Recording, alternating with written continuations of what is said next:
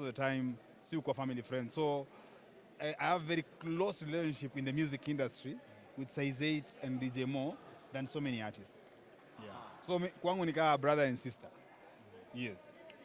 Bro and sis. So leo tuna explain nini hapa ndani yani? Itakuwa poa sana because you know Size 8 ni one of the few artists nasema kama sahi wale artists nasema we are facing extinction because gospel artists wamebaki very few, wale wamesimama for the word. Na apart from that ni wale wasanii wamebaki na word, na you can see how deep she is. Apart from just being a musician, ameamua kuwa pastor and kuwa bishop, hizo vitu zote. So at the end of the day we really appreciate her for what she's doing, na to expect to a very good album because apart from just being a social like a culture shaping icon, she's a very good musician. So let's not forget that kuna Mariah and zote, but at the same time let's remember what imemfanya amekuwa who she is right now is her being a musician. So we expect a very good album from her today. No fununu.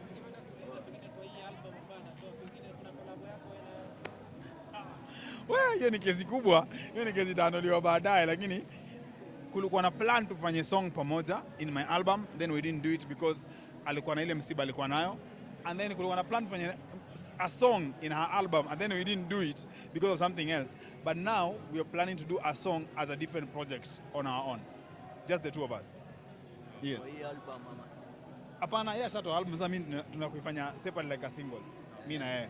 Jinsi ambavyo wasanii wengi wanatoka kwa gospel music wanaanza kufanya kama gengeton. Juu wanasema ya kwamba gospel music hailipi. Je, kutokana na wewe ama kutokana na mahusiano yako, wewe unasemaje kuhusu hayo? Gospel haifai kulipa. Haifai kulipa. Nani anasema gospel inafaa kulipa? So wale wameingia wakisema wanangoje kupata pesa, wanaepa gospel haifai kulipa. Gospel inafaa kuwa ministry. Like for me, I do so many things apart from just music. So by the time hata natoa ngoma ama nafanya muziki, I'm not there to kuangalia ati niko na downloads ngapi, niko na views. Mimi sina hiyo. Mimi nafanya muziki as ministry. For me it's ministry. I do it for different purpose because sisi tukiingia hatuko tunalipwa. All these corporates zilitupata kama tunafanya muziki. You understand? Like for me, I started my music in 2002.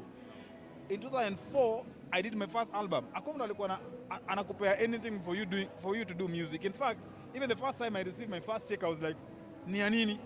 You understand? So for us, tunajua the reason why we're doing it and the elements why and the challenges that are there. So you should never do gospel expecting money because in the first place, if you're doing it for money in Manisha, your intentions are wrong. So by the time you're disappointed, it means you entered into the fray expecting something that never happened. So of course you'll be disappointed. Like some of us tumekuwa hapa for all these years, hatujai kuwa disappointed. Why should we become disappointed? Yeah. Juzi amekuwa na bano limeandikwa play 75% of Kenya, ne? That means it's either gospel ama ni secular, si ndio? So mimi ningependa leo ukapata fursa ya kupatana artistical panel in Kenya hapa hivi. Ni jambo lipi ungependa kuzungumzia kuhusu wazo hilo? Number one, music has so many elements, and hiyo 75% ya Eric anasema, but that is very good because at the end of the day, the media like you guys here control the narrative. You guys control what people believe is true. You understand? Because like today from this information mkisema chenye mtasema, mtu mwenye ako Kajiado asome, mtu ako Eldoret asome, atajua that's the truth of the matter. You understand? And no one can doubt it. So you need to understand that the 75% that is complaining about, it means it must come from the media, which for me I think it should be given. Nikitu lazima tu ikuwe na ikuwe given. But that doesn't guarantee an artist to become lazy just because they think now that they have 75%, they'll play any bogus stuff. You understand? Music has quality. Music has quality. And your quality ndio pia the media house wanaangalia. And even nowadays, achana na media house, even mafans wanajua. So nowadays kuna mafans waangalii media, mafans wengine now, they just watch things on YouTube. And they can separate what is nice, what is not nice. So apart from just talking about 75%, we need to understand, even for us as artists, we need to up our game so that when the 75% happens, our game is up there. You understand?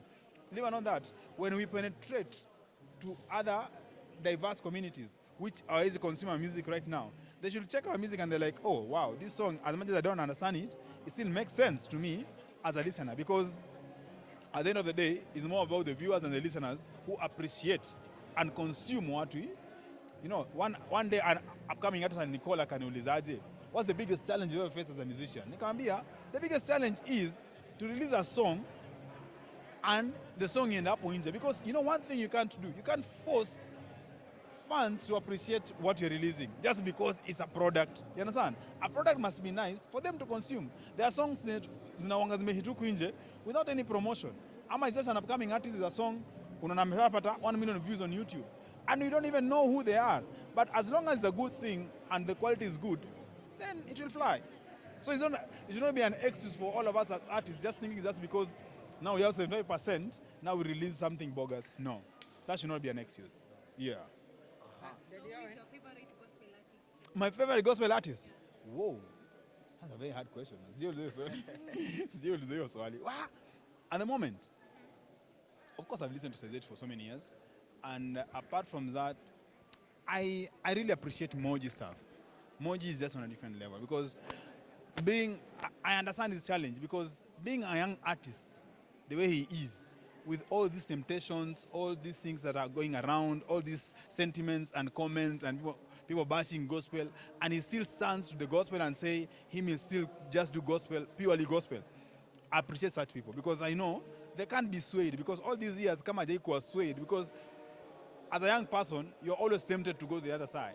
But him maintaining his stand and saying, at the end of the day, I'm a gospel artist, I'll remain a gospel artist. Kudos to Moji. What are you doing to ensure that the upcoming gospel artists, they are not discouraged because of everything that is going on in industry? Mine is a track record. You understand? Someone like Cristiano Ronaldo, I nine could pick other footballers, aonesha what to do. What he does, he just shows them the track record. For me, my track record, I've been here for 20 years now. 20 years, and I've never compromised. In 20 years, I've never compromised. In 20 years, I'm still releasing, last year I released my fifth album. You understand? My sixth album, sorry. So if I'm still doing it the same way, I'm just giving guys a pattern for them to see and understand this is how you should do it. And if Owen has been doing it for all these years and he's still doing and he's still standing as a gospel artist, then it's a leaf everyone should copy and be like, hey, Owen has done this, even me, I can do it, and maintain to be there. People call me to ask me for advice, and I give them advice. Yeah. What's your relationship with the Bahatis? I was with Baha, when was it? Well, last week, I think.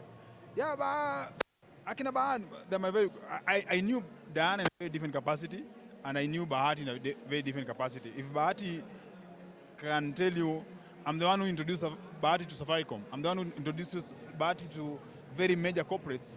And I sat with Bahati for so many years as a family friend. He used to come to my place and all that. So I've known Bahati for so many years. And Bahati is a young man who is doing his thing. And I've known Diana for so many years. And all of them, as the Bahatis, I've known them in different capacity. But now, as a couple, I know them. So tunaona Ringtone ni chairman wa gospel, and ningependa kujua unafilaje kuhusu leadership yake? Yake ni chairman yake. Okay, chairman is not capacity. You know, Ringtone is a very good friend. Yeah, ni chairman wa gospel. Yeah, he's chairman of gospel. Yeah, so I think what I know, what so many people don't know about Ringtone, yeah, as much as he has so many antics, he has so many dramas, yeah, when it comes to music, he never compromised. You'll never hear Ringtone doing a collab with G Nani. You'll never hear a song about a Ringtone song that you don't understand. They're always so deep by there. Huku nje nakona drama mingi, antics mingi, but deep down when it comes to content, if you go home today, listen to Ringtone songs, even the content is always very deep. So he knows what he's doing. He knows what he's doing. Yeah, Kosa. Ringtone Kosa. What's your message to Sazet? My message to Sazet is number one, that she should understand that right now, moving from being an artist to a preacher, bishop, and all these other things is a different ball game altogether. But when you're sustained, because she has a foundation of understanding the word. When you're sustained with God, and by God to do all these things, I don't think it's going to be a challenge to her. But she should understand that it's a very different ball game. The politics are different, the challenges are different, and the view is very different. Because now guys will be looking at her in a very different capacity than just a musician. Thanks a lot. Asante.